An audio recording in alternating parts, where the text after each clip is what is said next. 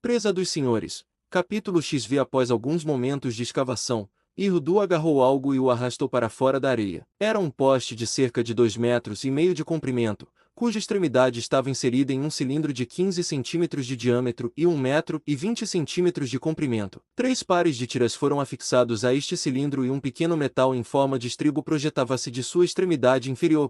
No extremo oposto do polo, havia um travesseiro em forma de cone, feito de um material resiliente de cor marrom avermelhada. Rapidamente, o Jindus mercenários Taquior desenterrou mais 3 objetos semelhantes ao primeiro e 2 postes de cerca de 5 metros de comprimento. Em seguida, ele arrastou 2 grandes garrafas de água de metal e 2 caixas, as quais estavam anexadas alças de transporte. Ao abrir uma das caixas, Thorne descobriu alimento, pólvora e suprimentos médicos. Entre eles, havia uma garrafa de goma de Jembal. Ele aqueceu parte disso queimando uma pequena quantidade de pólvora. Então, ele tratou os ferimentos e queimaduras de Irdu, após o que seu capanga fez o mesmo por ele. Agora, meu senhor, disse Irdu, se o senhor se sentar, eu lhe colocarei as pernas de deserto. Embora Thorne não soubesse para que serviam as combinações de poste e cilindro, começou a entender quando seu auxiliar trouxe 2 delas e, após inserir os pés nos estribos, começou a prendê-las às suas pernas. Quando estavam devidamente fixados, ele então prendeu uma caixa às costas do terráqueo, pendurou suas lanças no alforje e colocou sua cantina em uma alça sobre o ombro. Então, ele entregou um dos bastões. Agora você está pronto, meu senhor, ele disse, e em breve estarei em minhas próprias pernas desérticas. Não demorou muito para Irdu fazer por si mesmo o que havia feito por Thorne. Então, segurando seu mastro com ambas as mãos, ele cravou uma extremidade na areia ao seu lado e se ergueu até ficar em pé sobre seus 2 longos andares. Thorne seguiu o exemplo dele. Com o peso dele sobre eles, as extremidades dos andaimes foram comprimidas um pouco para dentro dos cilindros, que evidentemente continham molas poderosas. Os pés resilientes, em forma de cone, impediram que as pernas de pau afundassem na areia e contribuíram para a ilusão de flutuar, como penas, pelo espaço, induzida pelas molas. Irdu começou a andar em direção ao noroeste. Thorne tentou imitar sua marcha, mas achou-a bastante difícil, como caminhar sobre molas de colchão ou sobre a rede de um artista aéreo. A cada passo, suas pernas desérticas o impulsionavam para frente como um trampolim, de modo que várias vezes ele se viu compelido a usar seu longo bastão para não cair de cara. Atualmente, ele pegou o jeito, momento em que Irdu aumentou gradualmente o ritmo até que ambos estavam correndo. Só então o homem da terra descobriu a enorme vantagem de viajar com pernas de deserto. A cada passo, a perna de pau agora afundava profundamente no cilindro, e então o lançava para cima e para frente como uma catapulta. A noite estava fria e gélida, e o exercício era apenas suficiente para fazê-lo inspirar profundamente o doce ar do deserto. Que alívio após a fossa de Báridio, com seus vapores ardentes e acres e suas nuvens mortais de poeira corrosiva. À medida que a noite avançava e a manhã se aproximava, a lua brilhante próxima ergueu-se vivamente acima do horizonte ocidental. Avançando rapidamente para cumprimentar sua companheira mais lenta e pálida, fez com que as partículas de areia e os cristais de gelo cintilassem e brilhantes. Mas muito antes de as 2 luas poderem se encontrar no céu, o sol, anunciado por um breve lampejo de luz prateada, ergueu-se acima do horizonte oriental em todo o seu esplendor, e ambos os satélites desapareceram da vista. Poucos momentos depois, Irdu avistou um aglomerado de coníferas, e os 2 homens dirigiram-se para lá. Encontraram um poço seco, mas isso não os desanimou com suas garrafas cheias, e as árvores ofereciam abrigo e sombra. Desprendendo as pernas do deserto, eles coletaram lenha, prepararam pucho, com a bebida quente e estimulante, acompanharam a refeição matinal de carne seca e bolachas de viajante. Então, após apagarem o fogo com areia, estigaram-se à sombra para dormir. Thorne adormeceu quase imediatamente. Nem ele acordou até que Irdu o sacudisse vigorosamente. O dia está quase a acabar, meu senhor, disse ele. Preparei puxo fresco e o nosso jantar. Devemos comer e estar prontos para começar assim que o sol se pôr. E quanto aos nossos inimigos, parece estranho que não tenham surgido sinais de perseguição, mas eles se desenvolveram, respondeu Irdu. Sou uma pessoa de sono leve, e várias vezes ao longo do dia, enquanto estava acordado, vi bandos de guerreiros montados em gárgulas voando sobre mim. Se tivessem parado para procurar o nosso esconderijo, teríamos sido mortos ou capturados muito antes. Felizmente, eles não o fizeram. O sol se pôs exatamente quando eles terminaram a refeição, e eles arrumaram seus pertences e calçaram suas pernas de deserto à luz da lua mais próxima. Então, eles partiram mais uma vez. Irdu havia estimado que, viajando a noite toda e dormindo durante o dia, eles conseguiriam alcançar a borda do pântano Takior em 3 noites. Aqui ele saberia como encontrar Taine, caso ela ainda estivesse viva e não capturada, e eles poderiam cumprir a promessa de Torne de ajudá-la a procurar seu pai. Eles progrediram rapidamente viajando à luz da lua mais próxima, mas ela logo se pôs, como na noite anterior. Houve um período de escuridão durante o qual apenas as estrelas e os planetas brilhavam no céu. Isso os desacelerou consideravelmente, pois foram forçados a prosseguir no escuro com extrema cautela. E assim, quando a lua mais distante surgiu acima do horizonte leste, eles a acolheram com alegria, pois isso significava que podiam partir mais uma vez em plena velocidade. Eles viajavam há algum tempo sob sua luz pálida quando Torne notou, à sua esquerda, um objeto que se projetava acima do horizonte que ele, a princípio, tomou por um conífero alto e frondoso. Mas ele de repente percebeu que estava se movendo, não como uma árvore balançando na brisa, mas realmente se deslocando pelo chão e vindo em sua direção com considerável velocidade. À medida que a criatura se aproximava rapidamente, ele conseguiu distinguir uma cabeça enorme com um bico curvo, um pescoço longo e esquelético, e um corpo grande, semelhante ao de um pássaro, sustentado por 2 pernas, cada uma com pelo menos 15 pés de comprimento. A cabeça do monstro, ele julgou, erguia-se a pelo menos 10 metros acima do chão. Ele chamou o seu companheiro. Olá, Irdu, você vê o que está vindo em nossa direção. O capanga dele olhou em volta. Acorei, devemos apressar-nos, ou seremos homens mortos. É a grande ave devoradora de homens do deserto. Eles aceleraram o passo de um trote para uma corrida. Em breve, eles haviam aumentado seus passos de 30 pés para quase 50. Mas os coreanos continuavam avançando, e apesar de todos os seus esforços, estavam se aproximando deles. Torne, menos hábil com as pernas de deserto do que seu companheiro, começou a ficar para trás, enquanto o monstro, ainda encurtando a distância entre eles, logo se ergueu a apenas 15 metros de distância. Era uma coisa de onda, uma ave gigante com uma crista de penas ondulantes e um bico curvo enorme que parecia plenamente capaz de cortar um homem ao meio com um único estalo. Seu longo e esguio pescoço era nu de penas e coberto por uma pele enrugada e coriácea. Assim como o pescoço, o corpo era de pele e nu. As asas, curtas e obviamente inúteis para o voo, eram despidas de penas, mas cobertas por proeminências côneas afiadas que as tornavam armas bastante formidáveis. As longas pernas eram armadas com grandes e ásperas escamas, e os dedos eram equipados com garras retráteis em forma de foice. O monstro correu com a cabeça feia projetada para frente e as asas esticadas rigidamente para fora do corpo coriáceo, como se quisesse impedir que a vítima pretendida se desviasse subitamente para a direita ou para a esquerda. Enquanto isso, Irdu, percebendo que o Corei provavelmente alcançaria Torne a qualquer momento, recuou para ficar ao lado dele. Precisamos nos separar, disse-lhe Irdu. O pássaro seguirá um de nós. O outro deve então se virar e segui-lo, lançando o maior número possível de dados nele. Eles se separaram, e o pássaro seguiu Torne. Irdu imediatamente se virou e o perseguiu. Seu primeiro arremesso atingiu logo atrás da asa esquerda, mas apesar de sua grande força e habilidade em lançar o dardo, ele conseguiu penetrar aquela pele resistente apenas por uma curta distância. Um segundo, atingindo-o embaixo, penetrou a uma profundidade de cerca de 1 pé, mas foi o suficiente para exasperar o monstro, que se virou e avançou contra seu persistente algoz. Torne agora se virou e lançou uma javelina. Atingindo o ponto onde a perna direita se unia ao corpo, a penetração foi apenas profunda o suficiente para que a barbela se segurasse. Ele tentou uma segunda arremessada, desta vez lançando com todas as suas forças. A lança passou limpa sobre o corpo da ave e a atingiu na nuca. Como o primeiro, no entanto, ele só afundou até a primeira farpa, e portanto, não causou muito dano. Foi o suficiente, no entanto, para fazer o monstro se virar e atacá-lo. Imediatamente, o homem da terra disparou em ângulo reto em relação à trajetória que seguia. Mas ele cometeu o erro de observar o pássaro sem olhar para o chão à sua frente e esbarrou diretamente em um emaranhado de flores de areia do deserto. Primeiro um pé, depois o outro, preso na confusão de cipós resistentes, e ele mergulhou, de rosto voltado para baixo, na areia. A cerca de 6 metros adiante. Ele conseguiu manter a firmeza no longo bastão que carregava, embora este tivesse se partido quando caiu. E agora, após se virar de costas, tentava se erguer novamente sobre suas pernas desérticas.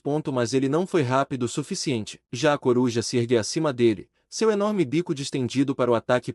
Presa dos senhores. Capítulo X. Veio enquanto a temível cabeça do Corei se lançava para agarrá-lo. Torne, deitado onde caíra, segurou seu bastão de caminhada com ambas as mãos. Instintivamente, ele atacou o horror descendente com o mastro. O golpe não feriu a criatura, mas desviou a atenção do monstro do homem. Evidentemente, Tomando o mastro para uma parte da anatomia de Thorne, agarrou-o com um imenso bico. Firmando os pés como um todo que puxa um verme do chão, puxou para cima. Thorne, ainda agarrado ao mastro, surpreendeu-se ao encontrar-se de pé novamente, a poucos metros da base daquele pescoço escamoso, que o pássaro esticará ao máximo. Ainda segurando o mastro com a mão esquerda, ele desembainhou a espada com a direita. Então ele cortou aquele pescoço tenso. A lâmina afiada e serrilhada atravessou até a coluna vertebral. Enquanto o sangue jorrava da ferida aberta, o homem da terra largou o mastro e saltou para longe, quase colidindo com Irildu, que havia lançado todos os seus dardos restantes em uma fútil tentativa de distrair a atenção do monstro, e agora avançava com a espada desembainhada. A ave largou o mastro e mergulhou atrás deles, mas ele havia dado apenas alguns passos quando desabou e ficou imóvel.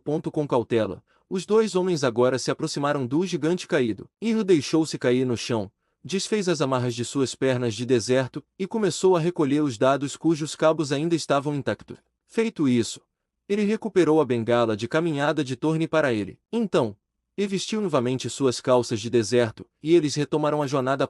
Pela manhã, encontrarão-se em uma parte árida do deserto, desprovida de vegetação em todas as direções que podiam ver. Como não havia combustível disponível, eles ingeriram suas rações secas com água pura em vez de puxo. Então, enterraram as pernas, bastões, caixas e garrafas no deserto na areia, cavaram outros buracos e se cobriram até que nada mais aparecesse além de suas máscaras transparentes. Assim, protegidos do sol e dos olhares curiosos de quaisquer perseguidores que porventura sobrevoassem aquele local, eles dormiram. Assim que o sol se pôs, tiveram outra refeição fria e partiram novamente. Nas primeiras horas antes do amanhecer, quando a luz combinada das duas luas tornava tudo ao redor deles claramente visível, eles alcançaram o topo de um penhasco acidentado que, de alguma forma, parecia familiar a Thorne. Então, ele se lembrou de que uma linha de penhascos assim delimitava o leito do antigo oceano onde se situava o pântano de Taquior. Eles pararam à beira e olharam para baixo. Cerca de 30 metros abaixo deles, havia uma larga saliência. A aproximadamente a mesma distância abaixo, havia mais um, e 70 pés mais adiante estava a praia inclinada, repleta de seixos.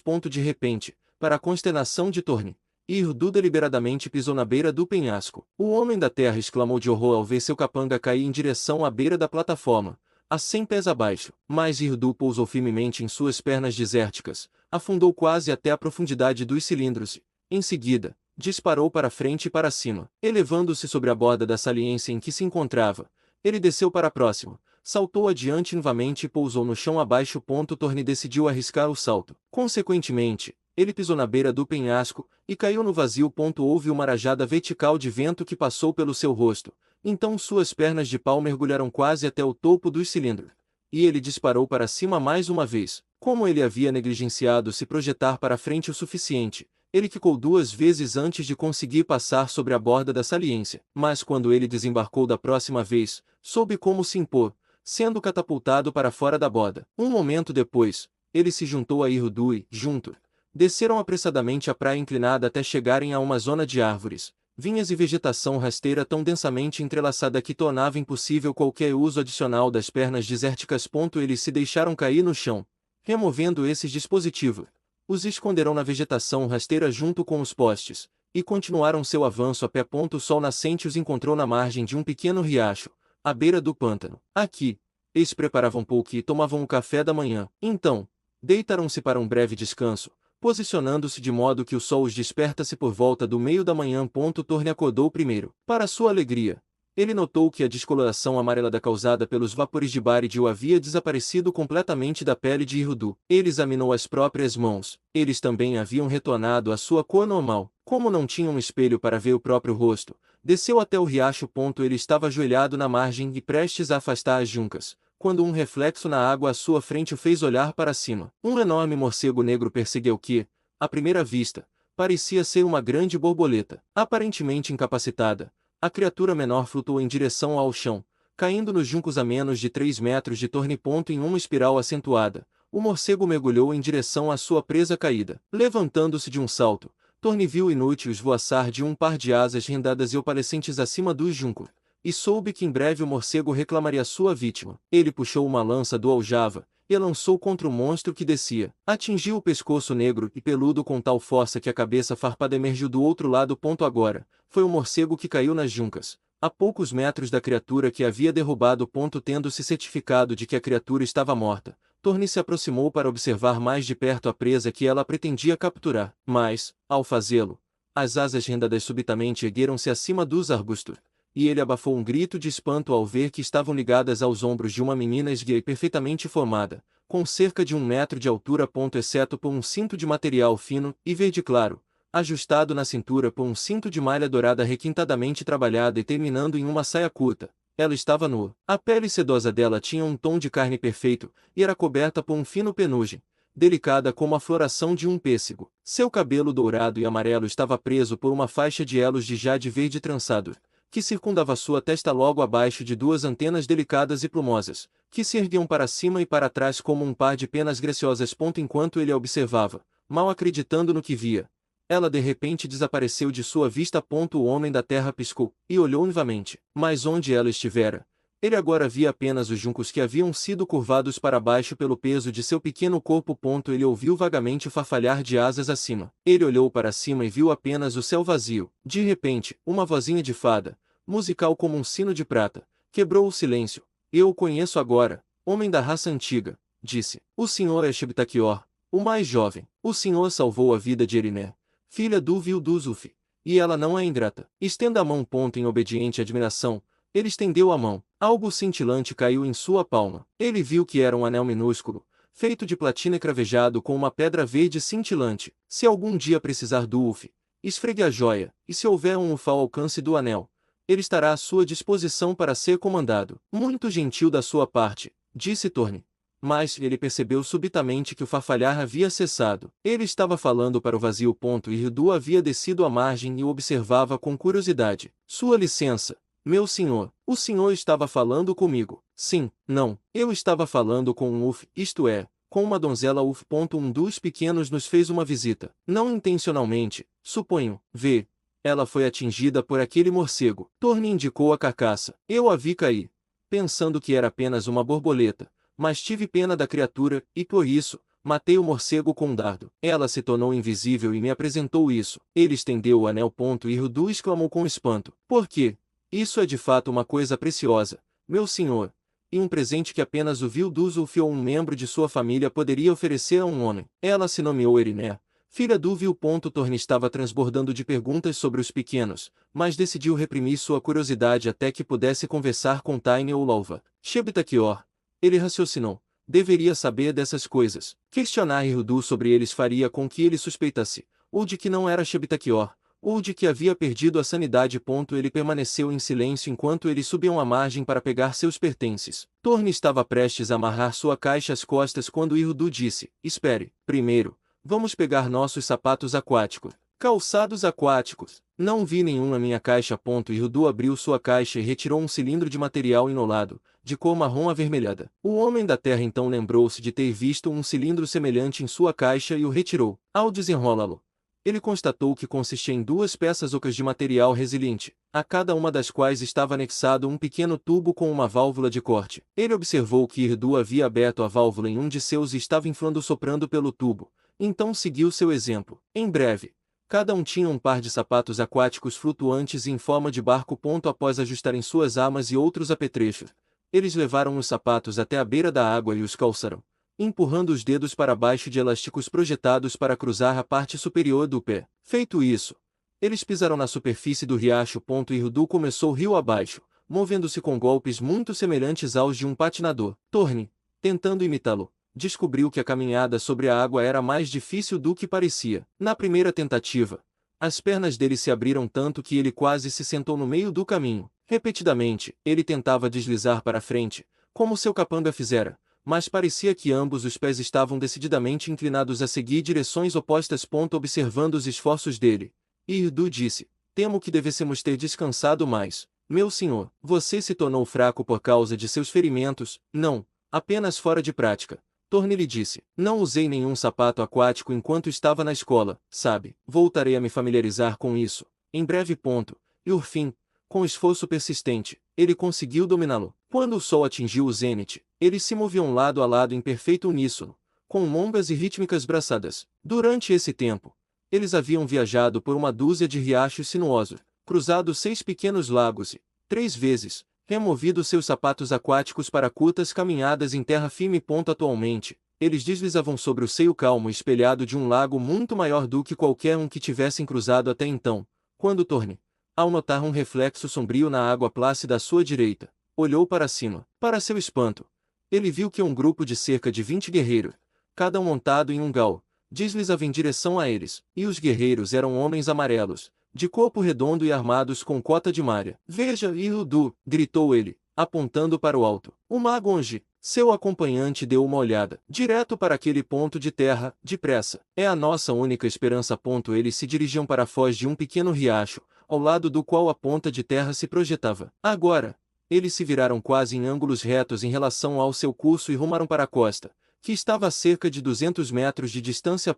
Mas eles haviam avançado apenas alguns passos em direção ao seu objetivo quando uma grande rede, suspensa por 4 cabos, foi lançada por um de seus perseguidores. Num instante, havia capturado Irudu. Thorne o viu lutar em vão, como uma criatura selvagem capturada. Viu-o sacar a adaga e tentar inutilmente cortar as malhas metálicas. Então, o homem da terra ouviu um farfalhar na água atrás dele e também foi apanhado em uma enorme rede. Capítulo XVI. E assim que sentiu a rede a deslizar sob ele na água, Thorne mergulhou instintivamente para a frente, numa tentativa de a evitar, mas havia viajado longe demais sob ele para que tal tentativa fosse bem-sucedida. No entanto, ele conseguiu segurar a borda com ambas as mãos e se agarrou a ela enquanto era levado, de modo que não afundou nas espirais como Irudu fizera. Instantes depois, ele estava a 50 pés acima das copas das árvores, e embora soubesse bem o risco que corria, decidiu fazer uma tentativa desesperada de fuga. Assim, ele se ergueu até que a borda da rede estivesse à altura de suas coxas, então deu uma cambalhota e se soltou, caindo de pés. Seus pés ainda estavam enfiados nas tiras de seus sapatos de água pneumáticos, e estes ajudaram, em considerável medida, a amortecer sua queda enquanto ele despencava pelas ramificações de uma grande árvore. Ele mergulhou diretamente pela folhagem, e ao atingir o solo, saltou para cima como uma bola de borracha em seus resistentes sapatos aquáticos. Após vários saltos que diminuíam gradualmente, ele se deteve ao agarrar um arbusto. Então, e rapidamente removeu os sapatos aquáticos e, segurando-os debaixo do braço, disparou pela densa vegetação. Tão densa era a emaranhada folhagem acima que Thorne não conseguia ver seus inimigos, embora ouvisse seus gritos e soubesse que um guerreiro estava pousando. Mas esse mesmo denso dossel impediu que seus inimigos o vissem, e por isso ele era grato. Ele ficou consternado com a captura de seu fiel vassalo, mas não poderia de forma alguma ajudar Irudu, e isso apenas tornaria certa a sua própria captura ou morte. Além disso, havia a dívida dele para com Taine. De alguma forma, ele deve conseguir escapar por causa dela. Não demorou muito para que ele chegasse a um riacho estreito, quase completamente oculto da vista de observadores no céu pelas ramificações ilianas que se arqueavam e entrelaçavam sobre ele. O riacho, ele logo descobriu, tinha ramificações aparentemente infinitas, e ele viajou por várias horas. Dessa forma, ele se fatigou, sentiu fome e sede, e decidiu parar para descansar e se reabastecer. Em vez de dormir diretamente na margem, ele agarrou uma liana baixa, com a qual alcançou outra e se balançou para cima, subindo em uma árvore. Removendo os sapatos aquáticos e os colocando nas costas, ele agora percorria uma certa distância balançando-se de árvore em árvore antes de pousar no chão. Cansado, ele se atirou em uma cama de musgo macio sob os ramos expansivos de uma imensa e aromática árvore cebolis. Então, após um gole em sua cantina, ele abriu sua caixa e retirou dela uma ração de carne seca e um bolo. Ele os engoliu com copiosas goladas de água fria. Ele descansou ali no musgo por um tempo, depois arrumou as coisas e seguiu em frente.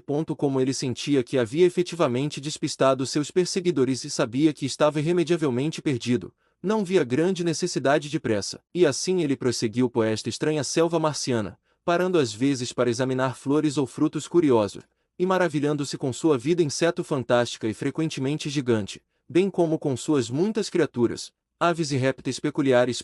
Parte do tempo, ele caminhava em terreno pantanoso do qual a água brotava a cada passo, e frequentemente ele atravessava poças rasas. Em outras ocasiões, ele era obrigado a calçar suas botas de borracha para atravessar áreas alagadas onde as árvores estavam submersas. Havia também consideráveis extensões de terra alta e seca, geralmente bastante arborizada. Pouco depois de ter entrado em um deles, avistou subitamente uma colônia de lagartas verde pálido, cujos corpos e cabeças eram protegidos por espinhos amarelos afiados. Havia uma grande diversidade de tamanhos entre eles, sendo o menor com apenas 1 centímetro de comprimento, enquanto os maiores tinham mais de 1 metro, e 10 centímetros de comprimento, e eram proporcionalmente mais espessos. Todos estavam se alimentando de folhas, exceto alguns dos indivíduos maiores, que estavam ocupados tecendo casulo. Ele notou muitos casulos acabados pendurados em galhos por amarrações torcidas, semelhantes a cordas. Eram de cor verde pálido, e apresentavam uma textura brilhante e sedosa. Atualmente, ele se deparou com um que pendia diretamente acima de seu caminho,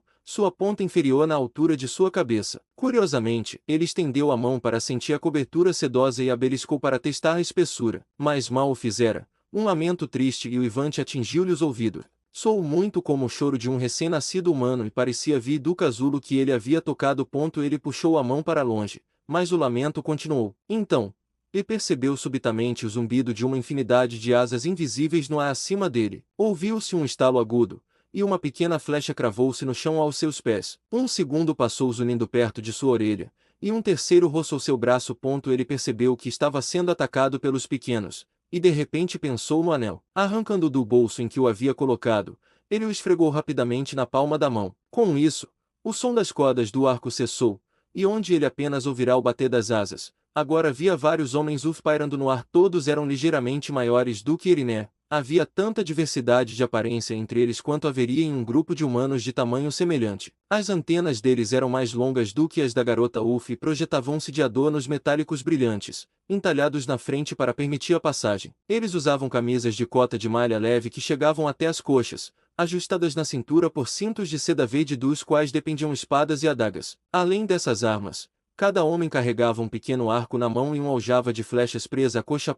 Um dos pequenos guerreiros pousou no chão.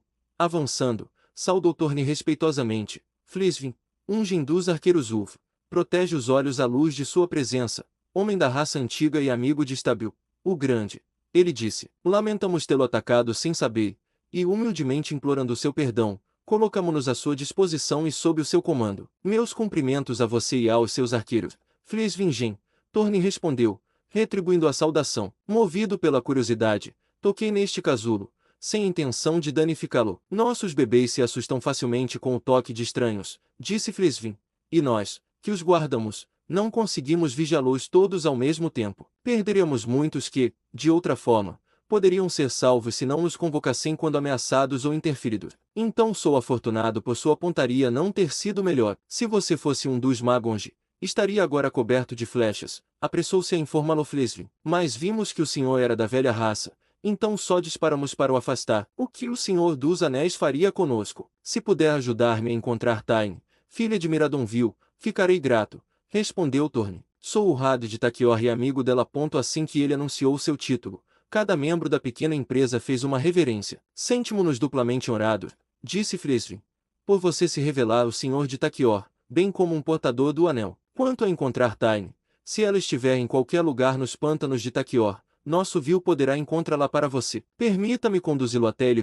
Após enviar um guerreiro à frente para anunciar sua chegada e colocar outro temporariamente encarregado dos arqueiros, Flisvin liderou o caminho. Atualmente, acima do zumbido dos insetos e do canto dos pássaros, Torne ouvia uma fantasia sonora assombrosa e requintada que parecia emanar de um carrilhão de nada menos que 1000 sinos de prata. No entanto, ele sabia, à medida que se aproximava, que não eram sinos que ouvia, mas um coro de vozes Ulf. Em breve, ele conseguiu distinguir as palavras da canção deles e ficou surpreso ao descobrir que era um hino de boas-vindas para ele. Um momento depois, ele e Flisvin emergiram em um vale agradável, cujas encostas cobertas de vegetação subiam abruptamente à sua direita e à sua esquerda. O local estava literalmente infestado pelos Ulf, tanto machos quanto fêmeas, e todos estavam cantando, alguns suspensos no ar com as asas abertas, outros empoleirados nas árvores ou em rochas salientes na encosta, alguns em entradas de cavernas, com as quais o lugar estava repleto, e outros reunidos no chão coberto de musgo.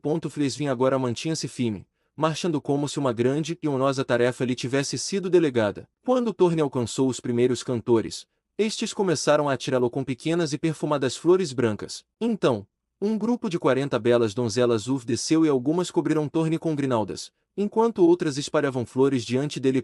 De repente, a música cessou, e Torne, com o corpo envolto em cordas de flores, viu-se diante de um velho Ulf, de aparência jovial e barrigudo, com um brilho alegre nos olhos. Ele estava entronizado na borda de uma grande lírio. Saudações, Shil Taquiorhad, exclamou o velhinho no trono de lírios, retribuindo a saudação. Stabil, viu do Ulf, Dá-lhe as boas-vindas a Ulfland e deseja publicamente agradecer-lhe por salvar a vida de sua preciosa filha, Erinê. Se houver algo que a Estabil possa fazer por você, basta nos informar seus desejos. Eu gostaria de encontrar. Torne começou. Vou poupá-lo do trabalho de dizer mais, interrompeu Estabil. Você deseja encontrar Tyne. Que podemos prometer executar para vocês. Ele desceu ágil do trono de Lios e continuou. Agora que isso está feito, não ficarão para comer e beber conosco. Claro. Torne assegurou-lhe. Mas é importante que eu encontre Tyne. Rapidamente. Eu preferiria ficar apenas o tempo suficiente para tomar uma xícara amigável com você. Embora, se não estivesse com pressa, sua hospitalidade seria muito bem-vinda. Tenho certeza de que compreende. Nós fazemos. De fato, fazemos, respondeu Estabil. Ele se virou e levantou a mão, momento em que um pequeno urso de barba bateu um gongo. Então, da boca de uma caverna na encosta, surgiu uma figura que Torne reconheceu instantaneamente. Foi Erinê. Atrás dela, vinha uma donzela Ulf carregando uma bandeja dourada sobre a qual repousavam 3 pequenos copos de platina que brilhavam com joias, e um jarro. Torne cumprimentou a filha do Vil, que se aproximava, e ela sorriu para ele. Eu esperava poder cumprimentá-lo à mesa do banquete, disse ela, mas como não pode ficar conosco, trago-lhe o cálice da amizade e da despedida. Assim dizendo, ela encheu os 3 copos cravejados de pedras preciosas a partir do jarro, entregou um a Torne, um ao pai e reteve um para si. Estabil ergueu a taça. Certa vez, havia um Rade de Taquior. Ele disse que, vagando por suas terras pantanosas, viu uma donzela Ulf prestes a ser morta por um monstro selvagem do ar. Rade abateu o monstro, e resgatou a donzela Ulf, que se revelou ser a filha do Vil dos Ulf. Todo Ulf, desde o Vil até o seu súdito mais humilde, jamais esquecera. E nesta taça, prometemos a Rade de Taquior nossa amizade eterna. Ele e Erinê ergueram as xícaras aos lábios, e Torne seguiu o exemplo deles. O Rade de Taquior aceita graciosamente a promessa de amizade dos Ulf, disse ele, e sente-se profundamente honrado com a distinção assim concedida a ele. Em troca, ele promete sua amizade duradoura a Estabil, sua adorável filha, e a seus leais súditos. Assim que esvaziaram as suas chavenas, Estabil levantou a mão. Atrás dele, o gongo soou 2 vezes, e uma dúzia de guerreiros Ulf, voando 6 de cada lado, emergiu da boca de uma caverna no alto da encosta, carregando entre eles um retângulo de tecido de seda de aproximadamente 2,5 metros de comprimento por 1,20 de largura. Eles desembarcaram em frente ao Vil e saudaram. O Rade de Taquior está pronto para ser levado à casa de Tyne, ele disse. Então, esse voltou para Torne. Assente-se no centro do pano, meu senhor. Ele convidou. E será levado rápido e seguramente ao seu destino. Embora não estivesse totalmente seguro quanto à segurança deste frágil transporte, Torne fez como lhe foi instruído. Vil levantou a mão. O gongo soou 3 vezes. Então, as asas dos 12 guerreiros Ulf começaram a zumbir rapidamente, e Torne sentiu-se levar. Ao redor dele, os Ulf romperam em canções. Ele acenou em despedida. Um momento depois, ele deslizava sobre as copas das árvores, a canção Ulf rapidamente se apagando à distância. Atualmente, eles sobrevoavam um lago, no centro do qual havia uma ilha. Levaram-no diretamente para a ilha e o deixaram no meio dela, em uma pequena clareira. Um dos guerreiros Ulf tocou seu braço e apontou. Aí está a casa de Tyne. Torne observou atentamente na direção que o pequeno indicava. Atualmente, ele conseguia distinguir o que antes lhe havia passado completamente despercebido: uma pequena casa de pedra, de forma irregular, camuflada com trepadeiras envolta por árvores. Agora entendi. Sou grato a você e à sua vila por este favor. Por favor, transmita-lhe os meus agradecimentos. Um dos pequenos guerreiros enrolou o pano em um feixe e o enfiou sob o braço. Todos os 12 saudaram e rapidamente desapareceram de vista. Ele atravessou a clareira, e ao entrar em uma abertura nas videiras, encontrou uma grande porta circular esculpida na pedra. A porta estava aberta, revelando um amplo cômodo com várias cadeiras de balanço, divãs suspensos e uma lareira. 3 portas circulares cotadas nas paredes levavam a outros cômodos. Tyne, ele chamou. E então aguardou expectante. Não houve resposta. Ele estava prestes a ligar para ela pela segunda vez quando, de repente, ouviu um rosnado baixo vindo de um dos cômodos além. Então, daquela sala saiu em disparada uma enorme besta de pelos negros, com pernas curtas, patas palmadas, uma cauda em forma de remo armada com espinhos e uma boca cavernosa do tamanho de um crocodilo. Ele o reconheceu instantaneamente como um Dalf. Havia apenas uma coisa a fazer. E rapidamente, Torne agarrou a maçaneta da grande porta de tábuas grossas e a fechou. Um momento depois, ele sentiu o impacto da pesada besta do outro lado. Ele manteve a mão na tranca, e foi bom que o fizesse, pois sentiu subitamente que ela estava sendo pressionada para cima do outro lado. Recordando a notável sagacidade dessas criaturas, ele estava convencido de que a besta estava tentando abrir a porta. Ele procurava algo para reforçar a tranca, quando de repente ouviu outro rosnado, desta vez atrás dele. Virando-se, ele avistou um segundo Dolph, negro com um anel de pelagem amarelo brilhante a circundar o pescoço, que se aproximava rapidamente. Capítulo XVI. Quando viu o segundo Dolph avançar em sua direção, Thorne desembainhou a espada e a ergueu para se defender, mas ele abaixou novamente. Teso! Exclamou ele. Nesse momento, a postura da besta mudou subitamente. Em vez de atacar, agora se aproximou dele de forma brincalhona. Depois começou a pular e saltar ao seu redor, emitindo pequenos ronronados profundos. E agora, na mesma abertura frondosa por onde a besta surgira, ele viu uma figura esguia e feminina carregando uma cesta de peixes e um tridente. Tiny. Ele exclamou: "Ah, Rei Thorne, é realmente você. Fico muito feliz." Deixando o cesto e o tridente de lado, ela correu para a frente, lançou os braços em volta do pescoço dele e, para a surpresa dele, beijou. Pensei que nunca mais viria. Temia que tivessem matado você. Eles se esforçaram bastante. Ele respondeu. Mas eu consegui escapar e vim assim que pude. Tenho certeza de que sim. Vamos entrar enquanto eu preparo algo para comer. Por que o senhor está parado segurando a tranca? Por que um dos seus Dolphs está do outro lado, tentando me alcançar? Esse é o Nemo. Ele não a importunará. Agora que estou aqui. Assim tranquilizado, Thorne abriu a porta. Nemo, o grande Dolph negro, saiu para encontrar sua dona, mas não prestou atenção ao terráqueo. Este pegou a cesta e o tridente, e eles entraram. Thorne insistiu em ajudar Tiny a preparar a refeição, e logo estavam com puxo a ferver, peixe a grelhar e bolos frescos a cozer. Pelas suas decorações florais, dedos o que você esteve entre os pequenos, disse Tiny, enquanto virava um pedaço de peixe dourado. Você julga corretamente, respondeu Thorne. Na verdade, foram uma dúzia de seus guerreiros que me trouxeram aqui. Então, eles se despediram e desapareceram. O senhor sabe algo sobre aquele estranho poder deles, o de se tornarem invisíveis? Eu os vi fazer isso muitas vezes, ela lhe disse.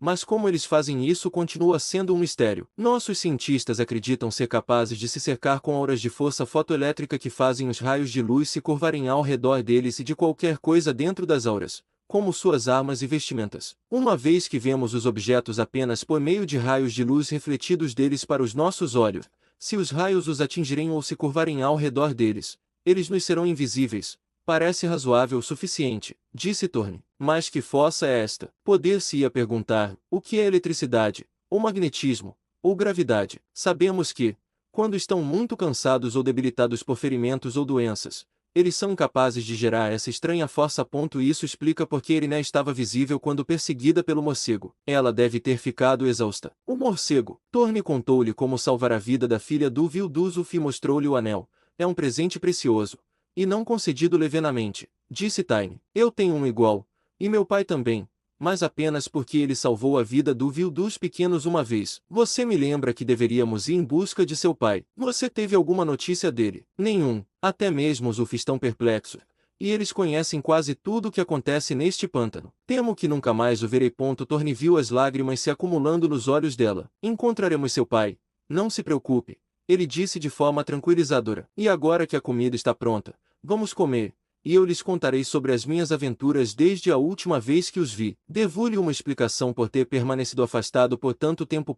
Quando ele terminou, ela se lançou exatamente naquela parte da história que ele mais desejava esquecer. Esta Neva, ela é muito bonita, muito, mesmo que ela seja enganadora e cruel. O senhor a ama. Amar é uma pessoa que o enganou e, em seguida, o condenou a uma morte horrível e prolongada. Isso, disse Tiny, reabastecendo a xícara de puxo dele, não é uma resposta, mas uma evasão. Bem, então, se é assim que deve ser, eu gostaria de nunca tê-la visto, mas aborrece-vos com os meus problemas. Não falemos mais deles, meu pobre Rei Thorne, ela disse. O senhor não me aborrece. Seus problemas são meus problemas, pois não somos verdadeiros amigos. Tiny, ele disse, você é um verdadeiro amigo. Fico feliz, disse ela suavemente, e encostou a bochecha no ombro dele. Atualmente, ela se inclinou para a frente, meio virada, e fitou o rosto dele. Olhe para mim, a Rei Thorne. Será que Neva é realmente tão mais bela do que eu? Que pergunta! Exclamou ele. É típico de uma mulher pensar em um sujeito como aquele. Outra evasão. Ela retrucou. Mas isso me diz o que eu queria descobrir. Ela é mais bonita. Ele a observou sorrindo. Eu não diria isso. Ela é loira, Você é morena. Ela é uma grande beleza do seu tipo. E você do seu. Você e Neva são joias de igual brilho, mas diferentes. Por quê? Então, talvez eu consiga fazê-lo esquecer esta Neva. Antes que ele percebesse o que ela estava fazendo, ela se virou ainda mais, estava deitada em seu braço. Os olhos dela eram poços profundos de encantamento. Os lábios vermelhos dela, entreabertos, o atraiam de forma sedutora. Porque você não me beija. Ela fez beicinho. Você, sua bruxinha. Ele se curvou ferozmente, esmagou aqueles lábios vermelhos quentes contra os seus. Por um momento, ela aceitou a carícia dele, sem resistência. Então, com um pequeno suspiro de susto, ela se desvinculou do abraço dele e retornou ao seu lugar ao lado do jarro de puxo. Mecanicamente, ela encheu os copos deles. Lágrimas tremulavam em seus longos e escuros cílios. Os lábios dela tremeram ligeiramente ao lhe entregar a xícara. Por quê, Tiny? O que há de errado? Ele perguntou. Eu não sabia que seria assim, ela gaguejou. Então, o senhor não me ama de verdade. Eu gostaria de realmente saber. Neste momento, ouviu-se o barulho de enormes asas batendo acima, seguido por um baque. Thorne soube pelos sons que um gal acabará de sobrevoar a casa e pousar na clareira. Ambos os Dalf surgiram, rosnando ominosamente, mas Tiny os silenciou. Então, acompanhada por Thorne, ela correu até a porta e espiou através da tela de folhagens. Capítulo XXX. Quando Thorne olhou através da tela de folhas que camuflava a porta da casa de Tiny na ilha, viu que um guerreiro com o uniforme de um oficial da Camuda havia desmontado na clareira. O homem conduzia seu gárgula sob as ramificações de uma árvore grande e frondosa, onde a besta ave ficaria oculta de observadores que voassem acima. O recém-chegado caminhava com a peculiar ginga de um homem cujas pernas são anormalmente curtas em proporção ao resto do seu corpo. É Irdu, exclamou Thorne. Mantendo-se cautelosamente sob as árvores que margeavam a clareira, Irdu contornou a casa. Poucos momentos depois, ele entrou na abertura da tela. A Thorne. Ele prestou a saudação habitual, mas a Tiny, a saudação real. Isso surpreendeu o terráqueo até que ele se lembrou de que ela era filha de Miradonville e, portanto, merecedora da homenagem devida a uma princesa. Tenho novidades importantes, disse Irdu ao entrar na cabana. Tem notícias do meu pai? Tiny perguntou, ansiosamente. Notícias ruins, ele respondeu. Sua Majestade está nas garras de Selwan, que o aprisionou no castelo Takior. Precisamos encontrar uma forma de resgatá-lo, exclamou Thorne. Espere. Eu não lhe contei tudo, disse Irdu. Talvez seja melhor começar do começo. Depois que fui capturado por Magonji de Selwan, eles procuraram por você por um tempo, meu senhor, mas, por fim, desistiram da perseguição e voaram comigo para o castelo Takior. Encontrei o castelo totalmente guarnecido por Magonji, com Surdete e alguns de seus comparsas no comando. Surdete havia sido resgatado do cativeiro por Selwan. Parece que, há algum tempo, os cientistas amarelos redescobriram como gerar o letal raio verde utilizado em guerras por seus ancestrais. Desde então, eles têm construído grandes projetores de raio, ainda não sendo capazes de fabricar projetores manuais pequenos e potentes o suficiente para um uso eficiente. Com 4 desses projetores e um exército de Magonji montados em Gauss, Selwan voou ontem para Ducor, impressionou o exército e o povo com as armas que trouxera consigo e assumiu o governo. Ele capturou todos os altos oficiais do Camudo, e dizem que pretende se proclamar vil de Chancebar em 1 ou 2 dias. Esses oficiais, entre os quais se encontram Coslutas e Lauvak, juntamente com o de Star e sua filha Neva, foram enviados ao castelo Takior, onde agora são prisioneiros, guardados pelos guerreiros Magonji. Miradonville, que havia sido capturado anteriormente pelos batedores Magonji de Selwan, foi inicialmente mantido no acampamento secreto onde estavam fabricando os projetores de raio. Mas assim que o governo foi deposto, Selwan ordenou que ele fosse levado ao castelo Takior, onde poderia ser guardado com os outros prisioneiros importantes.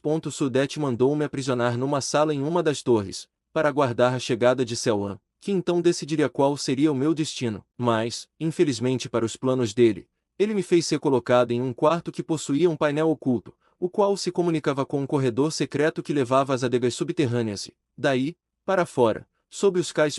Não perdi tempo em utilizar esse meio de escape, mas esbarrei em um dos oficiais de Selwan. Agarrei-o pela garganta antes que pudesse emitir qualquer som e não soltei até que parou de respirar. Então vesti seu uniforme e armas, e ascendi audaciosamente ao cais. Lá, em virtude da autoridade que me conferia o uniforme emprestado, exigi e recebi um gal de um dos atendentes, e parti sem ser incomodado. Você acha que seria possível nós dois voltarmos ao castelo, entrarmos pelo caminho da passagem secreta e resgatarmos Miradonville? Thorne perguntou. Temo que não, meu senhor. Respondeu Irdu, Sua Majestade está muito bem guardada. Ele é um prisioneiro ainda mais importante do que Irins Telefone. Cell o mantém como refém para evitar qualquer levante entre os royalistas, assim como mantém o de estar para impedir que os leais camudistas se revoltem. Quantos projetores de raios restam no castelo? Torne perguntou. Não há nenhum. Irdu lhe disse. Os 4 estão em uso em Ducor. Para onde Selwan vai?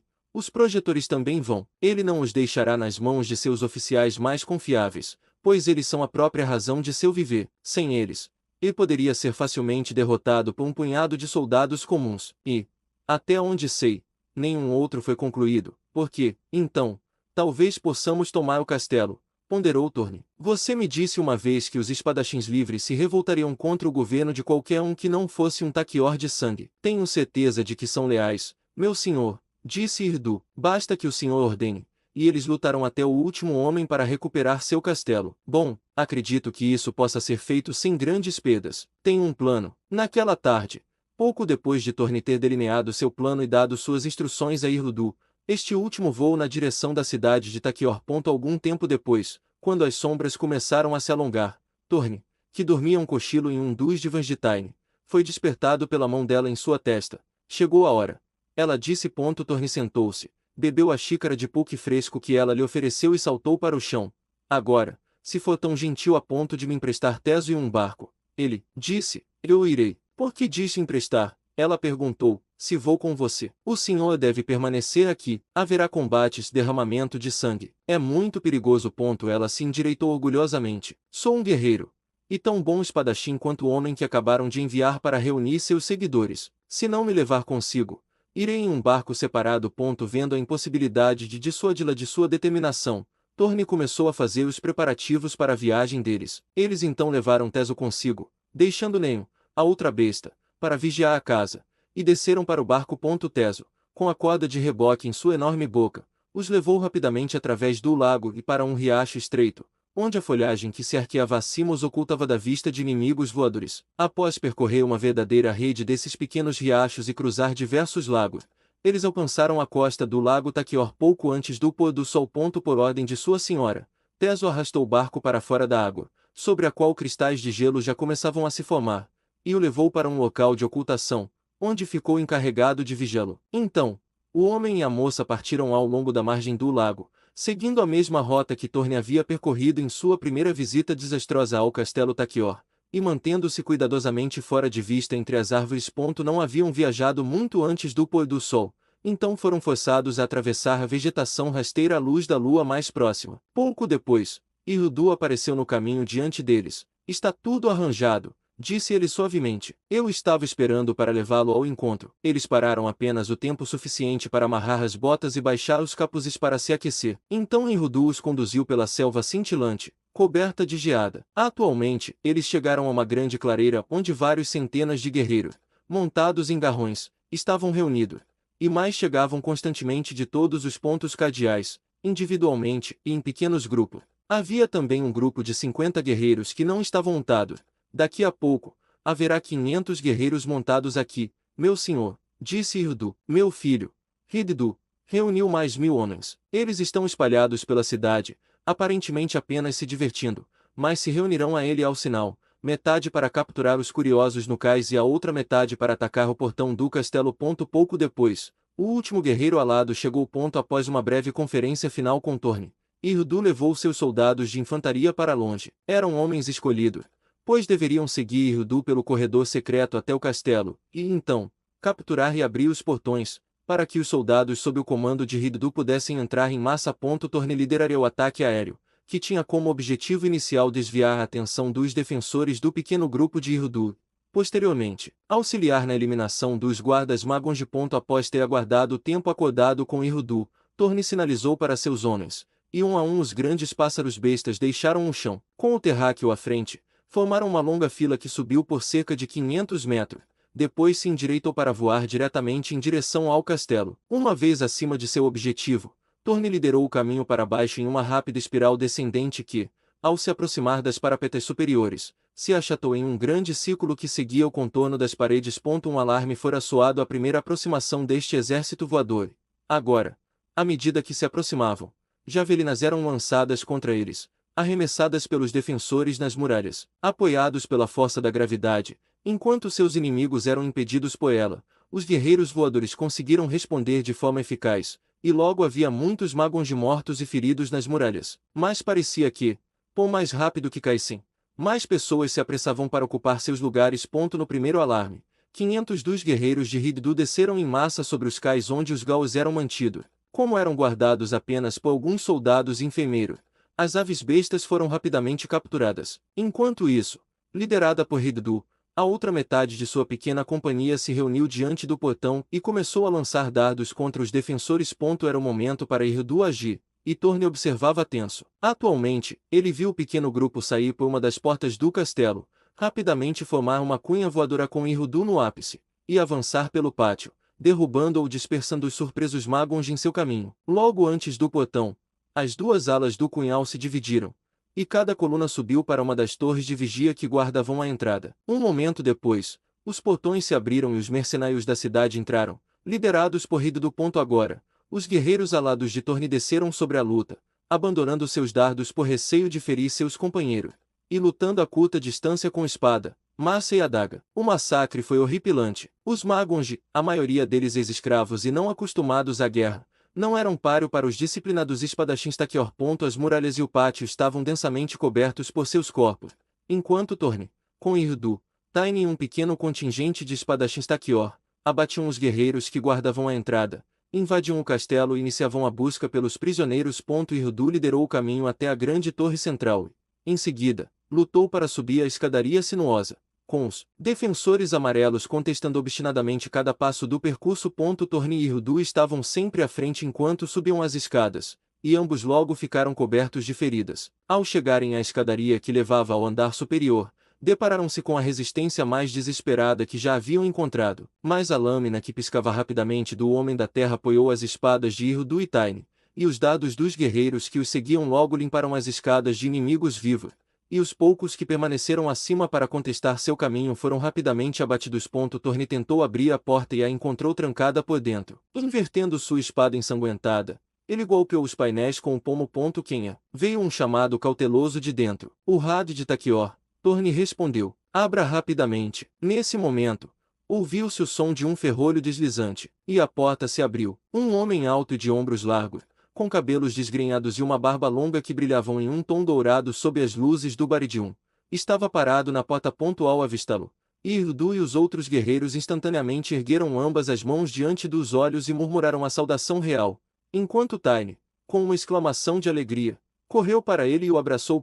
Pai, ela exclamou, estamos muito felizes por tê-lo encontrado em segurança. Com delicadeza, ele segurou o rosto dela entre as mãos enormes e, inclinando-se, beijou-lhe a testa. Pequena filha, ele murmurou, este foi o trabalho do homem. O senhor não deveria ter vindo. Não me treinou para fazer o trabalho de um homem. E não o fiz bem. Pergunte a Shebtakior.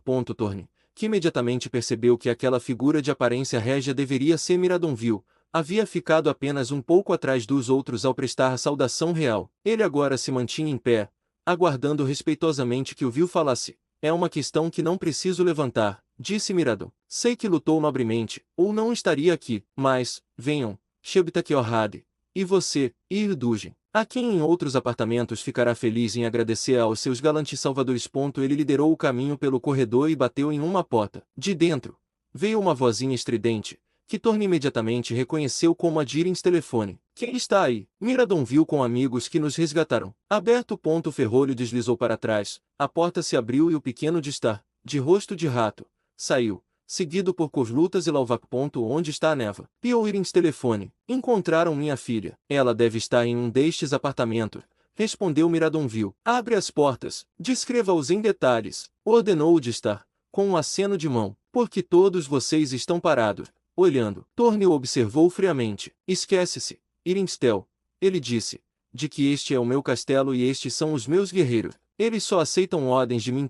Com isso, o Distar empalideceu mortalmente, mas Thorne, ignorando, cumprimentou calorosamente o belo jovem Coslutas e o grisalho Lauvak, ambos os quais o agradeceram profusamente por tê-los resgatado. Enquanto isso, Miradonville tinha ido até a porta ao lado e batido. O coração de Thorne deu um grande salto ao ouvir a voz que respondeu à voz de Neva. Irinstel apressou-se até a porta e abraçou a filha quando ela saiu, seguida por duas de suas escravas. Coslutas e Lauvak imediatamente se aproximaram para cumprimentá-la, e este último apresentou cerimoniosamente Miradonville. Torne manteve-se à parte, observando-os, o peito agitado por emoções conflitantes. Apesar de sua determinação em afastar Neva para sempre de seus pensamentos, ele agora percebe que a visão dela havia repentinamente reavivado todo o antigo anseio com intensidade redobrada. De repente, ele percebeu que Neva o havia visto, estava vindo em sua direção estendendo-lhe os braços. O coração dele pulsava descontroladamente. No entanto, ele se preparou resolutamente para quebrar o feitiço sutil que ela havia lançado sobre ele, invamente forçando sua vontade vacilante a recordar a traição dela e a morte de da qual ela o havia condenado. Chib, querido, sussurrou ela, o tempo tem sido tão longo. A filha de Distar, disse ele com gélida polidez, honra o humilde castelo de Had de Taquior com sua encantadora presença. Os vassalos de Taquior terão instruções para fazerem tudo ao seu alcance para que a estadia dela seja agradável.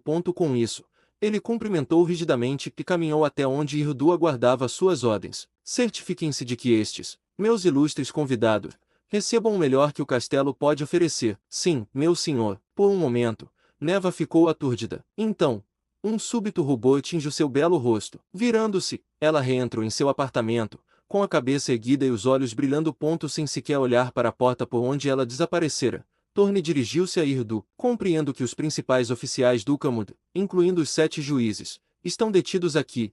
Eles estão na ala oeste. Meu senhor, mandem trazê-los aqui. Gen, interrompeu Irinstel imperiosamente. Conversaríamos com eles. Devem ser mantidos em seus aposentos e bem guardados. Continuou Torne. Além disso, você deve procurar por Sudete, e se ele ainda estiver vivo, trazê-lo para mim. Eu o questionaria. Sim, meu senhor. O homem da terra agora se voltou para o pequeno Distar. Confio que não será necessário lembrá-lo novamente de que meus guerreiros recebem ordens apenas de mim. Irinstel lançou-lhe um olhar venenoso. Então, ele girou sobre os calcanhares e entrou no apartamento de Neva. Torne olhou para Miradonville com um sorriso de desculpas. Espero que vossa majestade me desculpe, pois tenho deveres urgentes. Preparativos devem ser feitos imediatamente, para que possamos deixar o castelo antes do amanhecer. Selon pode retornar a qualquer momento com seus projetores de raio, e se nos encontrar aqui, nossa situação será desesperadora, se não totalmente sem esperança. Viu retribuiu o sorriso dele. Compreendo. Posso ajudar? Não. Agradeço a vossa majestade. Torne desceu apressadamente as escadas cobertas de cadáveres e saiu para o pátio. Aqui, ele começou a fazer preparativos imediatos para a fuga, ordenando que todas as armas e provisões disponíveis fossem trazidas e carregadas nos gaus. Ele planejava deixar Vil e Tain em seu esconderijo secreto e encontrar outro para Irinstel e Neva. Então, ele conduziria seus guerreiros para longe, em pântanos, e se esconderia de Céu em suas temíveis novas armas até que pudesse elaborar um plano para combatê-lo com sucesso. Ele estava supervisionando esses preparativos algum tempo depois, quando Irdu veio e pediu para falar com ele em particular. Meu senhor, ele disse, Sudete não pode ser encontrado nem entre os mortos nem entre os vivos. Então ele escapou. Devemos apressar nossos preparativos, pois ele, sem dúvida, foi para Ducor e trará Selwan e seus projetores de raio contra nós. Mas as palavras mal saíram de sua boca quando um guarda chamou de uma das torres. Uma vasta hoste de guerreiros montados em gaus está se aproximando. Além disso, há uma infinidade de grandes garras de metal. Imediatamente, a confusão reinou no castelo. Um guerreiro apavorado saltou nas costas de um gau meio carregado e puxou a barra de direção. A besta pássaro agitou-se desajeitadamente para fora do pátio, mas mal havia ultrapassado as muralhas do castelo quando algo estranho e terrível aconteceu. Um raio verde disparou de algum lugar além da parede, atingindo o guerreiro em fuga e sua montaria. Por um instante, eles foram visíveis, banhados naquela luz verde estranha. Então, pareciam de repente murchar e se desintegrar. Onde eles estiveram, não havia nada. O raio apagou-se e a consternação instalou-se no pátio. Presa dos senhores. Capítulos. Tiorne sabia que Selwan, com seus poderosos projetores de raios, não só poderia impedir qualquer tentativa de fuga, mas também destruir o castelo e tudo o que nele havia à sua vontade. No entanto, ele decidiu que ele, seus amigos e seus seguidores não sucumbiriam sem resistir ao máximo. Ele, portanto, reuniu seus guerreiros apavorados para a defesa das muralhas e, em seguida, subiu aos parapeitos para observar os movimentos do inimigo. Selwan, ao que parecia, não estava disposto a atacar o castelo imediatamente. Todas as suas máquinas voadoras pousaram bem fora do alcance das lanças das muralhas, e do interior delas, soldados de infantaria de Magonj estavam saindo. Um projetor de raios havia sido montado no telhado plano de uma casa vizinha, e Torne o observava com curiosidade. Assemelhava-se muito a um grande telescópio em um suporte cônico. Os guerreiros alados circulavam o castelo, mas a maior parte deles pousava no chão. Em breve, apenas alguns permaneceram no ar como batedores e observadores. Ao olhar para o lago, o terráqueo viu que um segundo projetor estava montado ali em um grande barco. Ele caminhou ao redor das muralhas e avistou um terceiro no telhado de um edifício do lado voltado para a terra, e ainda mais longe, um quarto, montado no solo para dominar o restante do setor da muralha. Após concluir sua inspeção da disposição das tropas inimigas e dos projetores, Torne retornou a um parapeito próximo ao portão que dava para o cais, e diante do qual Selwyn havia reunido seus principais oficiais. Enquanto ele estava ali na muralha, observando cada movimento do inimigo, ouviu um grupo de pessoas se aproximando por trás dele. Virando-se, ele avistou Miradonville e Intel caminhando lado a lado. Embora sempre tivessem sido inimigos mortais, era evidente que se uniram para fazer frente a um homem que não apenas os ameaçava, mas a todo Marte. Atrás dos dois ex-governantes de Zanzibar, vieram Neva, escoltada por Lauva, e Taine, escoltado por Corlutas. Todos portavam armas. Procuramo-lo, Shebtakior-Had, na esperança de que pudéssemos ser de alguma assistência na defesa, disse Miradonville. Temo que pouco possamos fazer, a não ser nos render ou morrer, Vossa Majestade, embora eu tenha decidido que, pessoalmente, lutarei até a morte em vez de me render a Selwyn. A sua determinação coincide com a minha, respondeu Miradonville. E o meu, concordaram os outros. Com a única exceção de Irins. O silêncio ominoso que se seguiu foi subitamente rompido pelas notas clarinas de uma trombeta. Apresando-se até o muro, Torne viu que um homem havia se descolado do grupo em torno de Selwyn e caminhava em direção a um ponto diante do portão, fora do alcance de um dardo lançado. Mais uma vez, o arauto soou um chamado estrondoso em sua trombeta. Então, apoiando seu instrumento no quadril, ele exclamou: Sua Majestade Imperial, Selwyn invencível, vil de Zanzibar, vil de vils e vildos de todo o Marte, ordena que Shebtakior e seus guerreiros depositem instantaneamente suas armas e saiam dos portões do castelo desarmado. Sua Majestade tem o poder de destruir completamente o castelo e todos os seus habitantes. Testemunhe. Ele fez uma pausa dramática. Enquanto fazia, um feixe de luz verde rompeu do projetor no telhado. Ele disparou para o topo de uma das torres menores e, onde o raio tocou, os blocos de cristal e a argamassa murcharam e desapareceram, deixando um buraco irregular na muralha. O raio apagou-se, e o arauto prosseguiu: Não haverá termos de rendição, exceto as condições que o Vildos de Marte considerar apropriadas impor. Com um último toque de trompete, ele se virou e caminhou de volta para onde Selwyn e seus oficiais o aguardavam. Torne se voltou para um oficial que estava próximo. Traga-me um arauto. O oficial correu para a torre do portão e imediatamente surgiu com um jovem que carregava uma trombeta. Torne deu-lhe as instruções e, montando a muralha, ele soou um toque estrondoso. Após aguardar um momento, ele anunciou: O senhor de Takior, seus guerreiros e seus amigos, desafiam Selwyn dos títulos vazios e seus bandidos, que invadiram o domínio de Takior. Aqui está o castelo Takior, e aqui estão os seus defensores destemidos, prontos para que Selwyn venha e o tome, se puder, ou o destrua, se tiver algo a ganhar com a destruição impiedosa. O senhor de Takior afirma ainda. O discurso do arauto foi abruptamente interrompido, juntamente com sua vida, por um clarão verde proveniente do projetor de raios no telhado. Um rugido de raiva ecoou entre os espadachins Takior. Se Selwyn pensou em assustá-los com essa demonstração, ele tinha uma péssima concepção do calibre desses homens. Mas, embora isso tivesse tornado os guerreiros Takior mais firmes em seu propósito, havia pelo menos um ocupante do castelo sobre quem isso teve o efeito oposto. Ao olhar para Irinstel, Torne notou que ele estava tremendo violentamente. Atualmente, soaram mais duas trombetadas do arauto de Selwyn. Sua Majestade Imperial, o Vildos de Marte, poderia destruir o castelo e tudo o que nele se encontra, gritou o arauto. Contudo, ele é justo e misericordioso. Ele percebe que os guerreiros de Takior-Had e os prisioneiros estão, respectivamente, sob o comando e sob o poder de um homem que está disposto a sacrificar todos eles para satisfazer sua própria vaidade vazia e justificar seu insignificante desafio a Selwyn, o invencível. Portanto, Sua Majestade Imperial concede a cada um de vocês um prazo de carência da morte, durante o qual poderão depor este líder imprudente salvar suas próprias vidas. E ao homem que lhe trouxer a cabeça de Shebtakior, o Vildos de Marte promete conceder ao Haddek de Takior todas as suas terras. Sua Majestade decreta que seu alívio da morte durará de agora até que o planeta complete uma volta em seu eixo. Se, até aquele momento e naquele exato instante, o Senhor não tiver obedecido ao seu edito, então o castelo e tudo o que nele há serão completamente destruídos. Tendo expressado sua opinião, O arauto retornou ao grupo de oficiais. Parece que as coisas se acalmaram poiora. Pelo menos, disse Thorne, virando-se para os outros. Sugiro que todos nós descansemos um pouco, o que é muito necessário.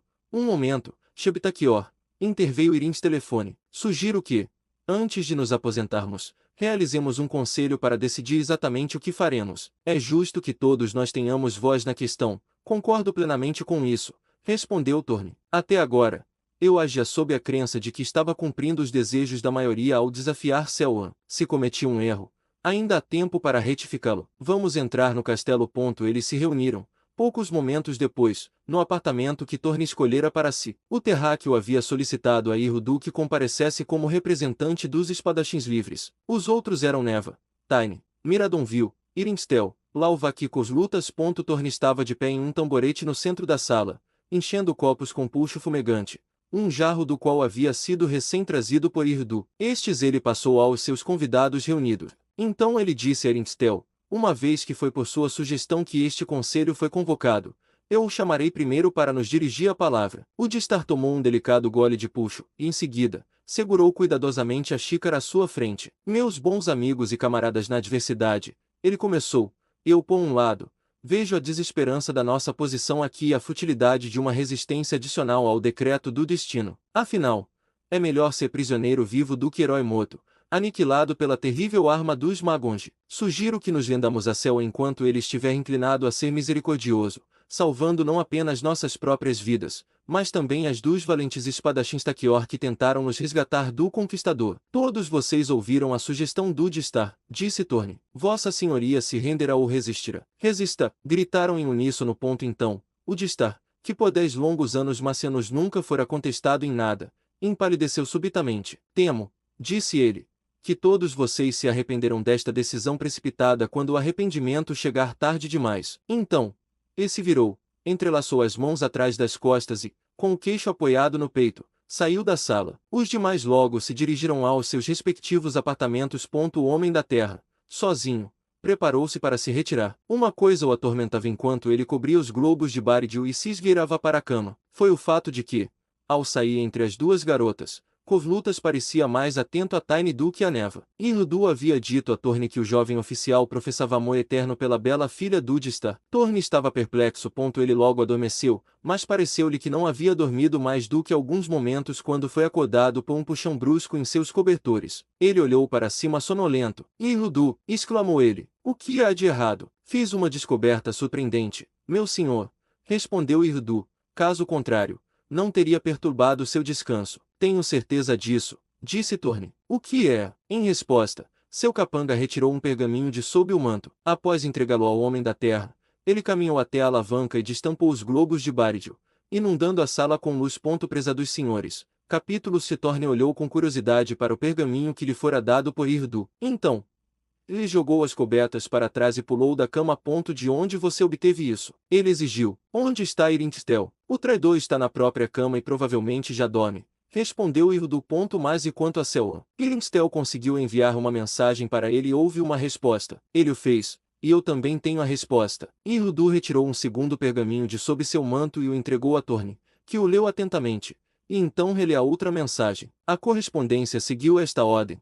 A primeira carta repleta de revisões apressadas a Selwan, Vildos de Marte, saudações e submissão com a minha ajuda, poderão conquistar o castelo Takior e tudo o que nele reside, sofrendo apenas perdas insignificantes. Amanhã à noite, no período de escuridão entre o pôr da lua mais próxima e o nascer da mais distante, reúna silenciosamente 1000 homens perto do portão do lago. Que outro grupo de 50 guerreiros traga uma corda longa e robusta, com nós para facilitar a escalada, para o ponto onde estou quando lançar esta mensagem. Vou lançar uma corda para Issar e amarrar a corda para eles. Então, eliminaremos os guardas e abriremos os portões. Com 1000 de seus soldados de infantaria no pátio e seus guerreiros montados atacando de cima, só pode haver um desfecho. Não busco fazer exigências, mas alinho-me de todo o coração à sua causa e agora aguardo a sua resposta e as suas instruções.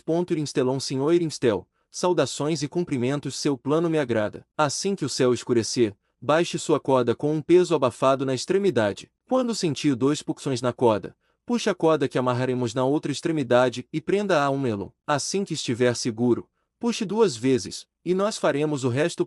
Se, por seus esforços, Conseguimos capturar o castelo.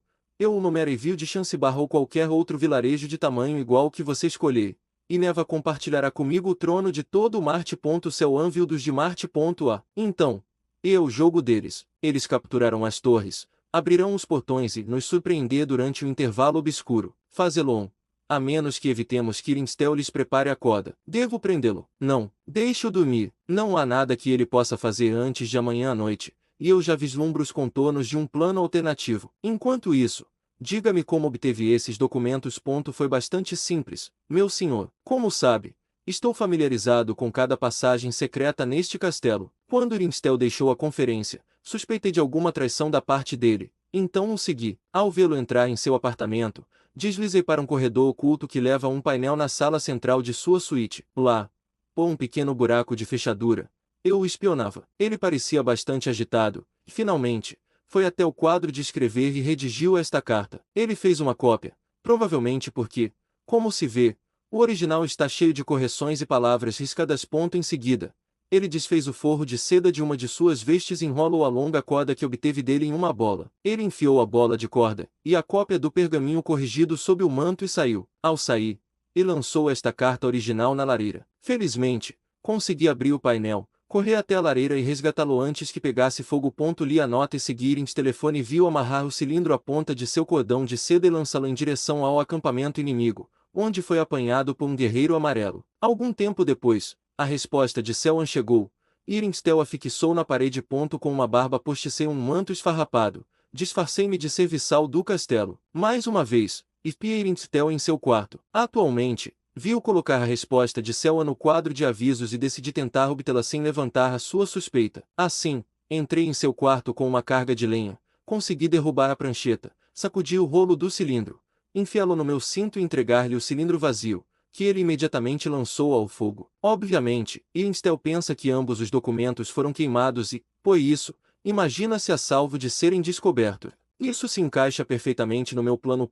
Mas o senhor não vai prendê-lo e puni-lo. Não, tenho um plano mais sutil do que esse. Não comente estas anotações ou a traição de estar com ninguém. Deixe tudo comigo. Amanhã, desempenhe suas funções como se nada estivesse errado. E agora, descanse um pouco. Vou voltar para a cama. Torme levantou-se com o sol e imediatamente pôs-se a trabalhar. Primeiro, e mandou seus homens trabalhar na limpeza do local e no cuidado dos gado. Então, acompanhado por Irdu, ele explorou as câmaras subterrâneas do castelo. Não demorou muito para que ele traçasse uma rota que passava pelas maiores portas e arcos até um ponto próximo a uma das entradas ocultas do corredor secreto, por onde Irdu havia escapado anteriormente, e que levava por baixo dos cais. Após investigar esta passagem e o espaço sob os cais, ele retornou à adega do castelo. Traga-me 6 pedreiros habilidosos, disse ele a Irdu, e faça-os ocultar suas ferramentas no caminho para que não haja suspeita do que estamos prestes a fazer. Aguardo aqui. Irdu afastou-se rapidamente, e em seguida, retornou com 6 membros dos espadachins livres, que carregavam ferramentas e argamassa ocultas em 2 grandes cestas de alimentos. Torne dirigiu-se a eles. Gostaria que removesse os blocos da parede neste ponto, até que tenha feito uma abertura grande o suficiente para um gal passar. Então, aguardem aqui com suas ferramentas por novas instruções, que não chegarão antes de hoje à noite. A comida e o pulque serão enviados a você. Acompanhado por Irdu, ele atravessou a sala e passou pela grande porta, fechando-a cuidadosamente atrás de si. Mantenha esta porta fechada com 2 guardas à sua frente, ele disse, e dê-lhes ordens para não admitir ninguém além de você ou de mim. O senhor mesmo levará comida aos operários na hora das refeições. Após a colocação dos 2 guardas, Torne e Irdu visitaram a torre onde os oficiais do Camud estavam aprisionados. Estes, o Homem da Terra ordenou que fossem transferidos para uma masmorra no porão. Quando isso foi concluído, ele retornou aos parapeitos para dirigir o trabalho lá e vigiar o inimigo. Naquela tarde, depois que Irinstell se retirou para seu apartamento, Torne emitiu instruções secretas para seus diversos oficiais. Estes, por sua vez, transmitiram instruções aos homens sob sua responsabilidade. Miradonville, Coslutas, Lauvak e as 2 garotas não foram informados de nada. Torne não queria que a filha de Distar soubesse da perfídia de seu pai até que seus próprios planos fossem executados. A noite finalmente chegou, com o brilho efêmero da lua mais próxima. Foi ao pôr deste orbe que todas as forças de Torne deveriam entrar em ação. Enquanto isso, Irinstell foi mantido sob vigilância secreta. Atualmente, Torne, à sombra, viu o Distar atravessar o pátio, caminhando despreocupadamente e cumprimentando os oficiais e homens que encontrava. Ele subiu calmamente até a muralha, e, um momento depois, desapareceu na sombra da torre. Torne chamou suavemente Hiddu, que aguardava. Comece com os Gauls e avise os homens para terem cuidado com qualquer barulho incomum. Liderados por um homem que havia sido treinado para esse propósito até conhecer completamente o caminho pelo castelo e pela adega, mapeado por Torne, as grandes bestas aladas, cada uma transportando um cavaleiro, começaram a se alinhar e marchar em direção ao castelo. Quando a lua se pôs, quase 2/3 dos Gauls já haviam entrado no castelo. Neste momento, todos os guerreiros nas muralhas e nas torres começaram a abandonar silenciosamente seus postos, com exceção dos poucos que guardavam as torres que controlavam os portões do lago. Estes tinham instruções para permanecer até que os primeiros atacantes aparecessem, então fugir pelas escadas internas que levavam aos porões e se juntar aos outros.